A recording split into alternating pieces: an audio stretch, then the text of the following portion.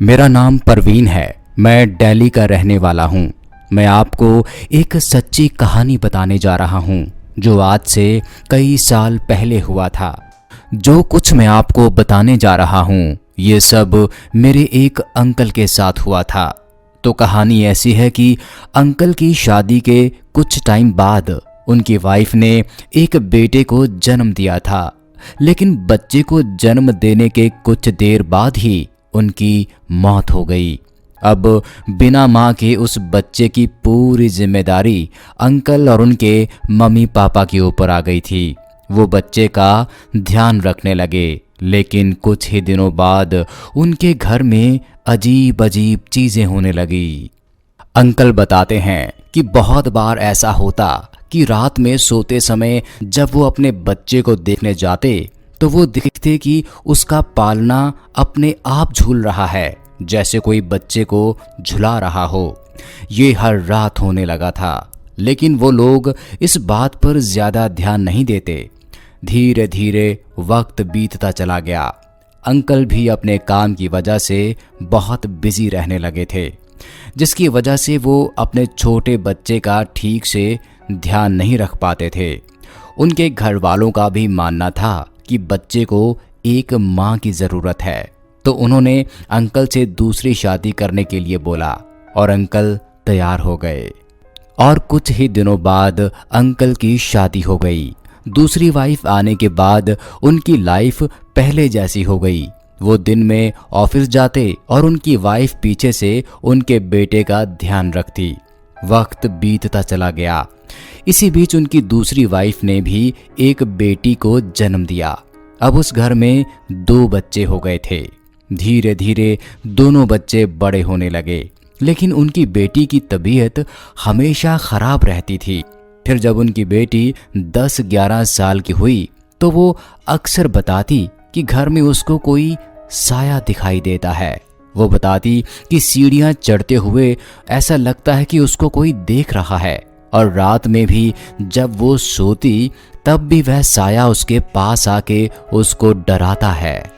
लेकिन घर के लोगों ने उसकी बात पर ज्यादा ध्यान नहीं दिया। सबको लगता कि वो बच्चा है और इसी उम्र में बच्चे ऐसी बचकानी बातें करते रहते हैं।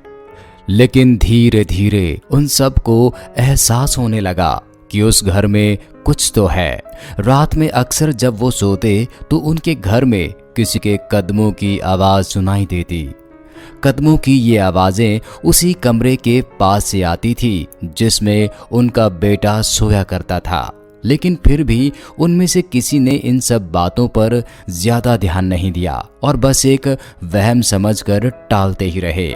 लेकिन फिर एक दिन अंकल और उनकी दूसरी वाइफ किसी पार्टी में जाने के लिए तैयार हो रहे थे, लेकिन पार्टी के लिए तैयार होते हुए उनकी वाइफ को कोई ड्रेस पसंद नहीं आ रही थी।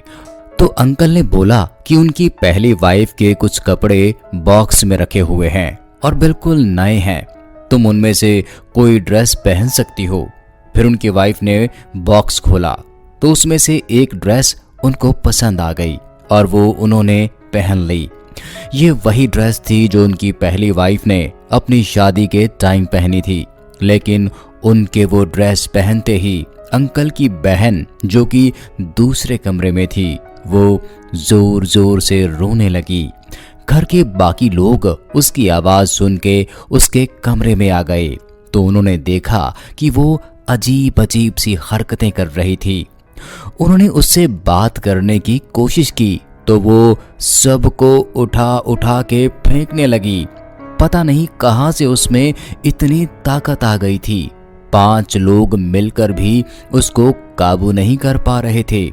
शोर सुनकर आसपास के लोग भी वहां पहुंच गए। सबको समझ में आ गया था कि इसके ऊपर किसी दुष्ट शक्ति का साया आ गया है। वो किसी के भी काबू में नहीं आ रही थी। तो आखिर में उन्होंने उसको एक तांत्रिक के पास ले जाने का फैसला किया। उनके पड़ोस में रहने वाले एक आदमी ने उनको एक बहुत अच्छे तांत्रिक के बारे में बताया।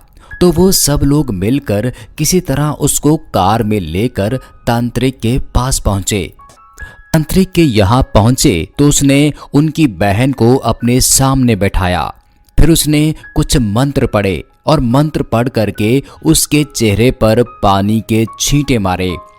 छींटे पड़ते ही उसने अपना सिर उठाया और अंकल की दूसरी वाइफ को बहुत ही गुस्से से देखने लगी। और फिर वो उनकी पहली वाइफ की आवाज में बोली, मैं इस औरत को जिंदा नहीं छोड़ूंगी। इस औरत ने मेरे बच्चे के साथ बहुत बुरा बर्ताव किया है। ये अपनी बेटी को हमेशा अच्छा खाना देती थी, लेकिन मेरे बेटे को हमेशा बचा हुआ खाना देती है। ये मेरे बेटे को बिना वजह मारती है। इसने कभी मेरे बच्चे को माँ का प्यार नहीं दिया।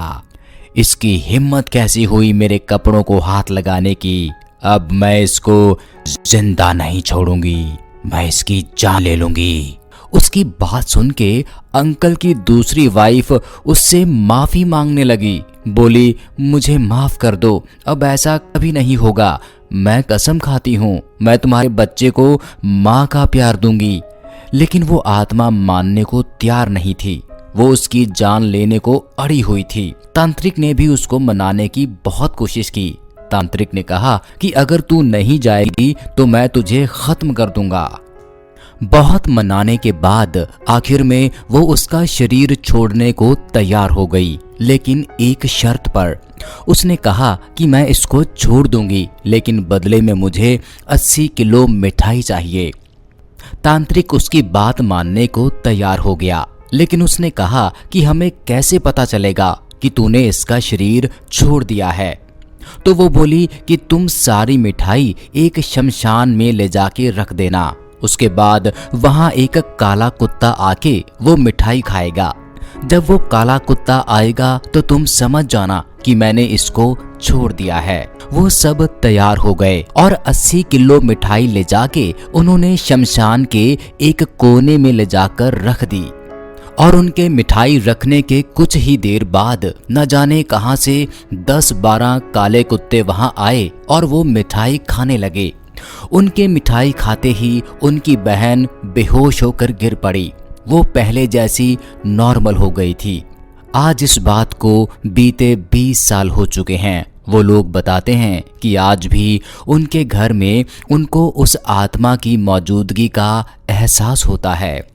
आज भी उनके बेटे के कमरे के आसपास उनको कदमों की आवाज सुनाई देती है, लेकिन वो कभी किसी को नुकसान नहीं पहुंचाती।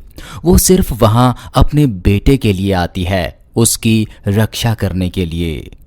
दोस्तों, हमारी आज की ये कहानी आपको कैसी लगी हमें कमेंट करके ज़रूर बताइएगा और हमारे चैनल को भी सब्सक्राइब ज़रूर करिए।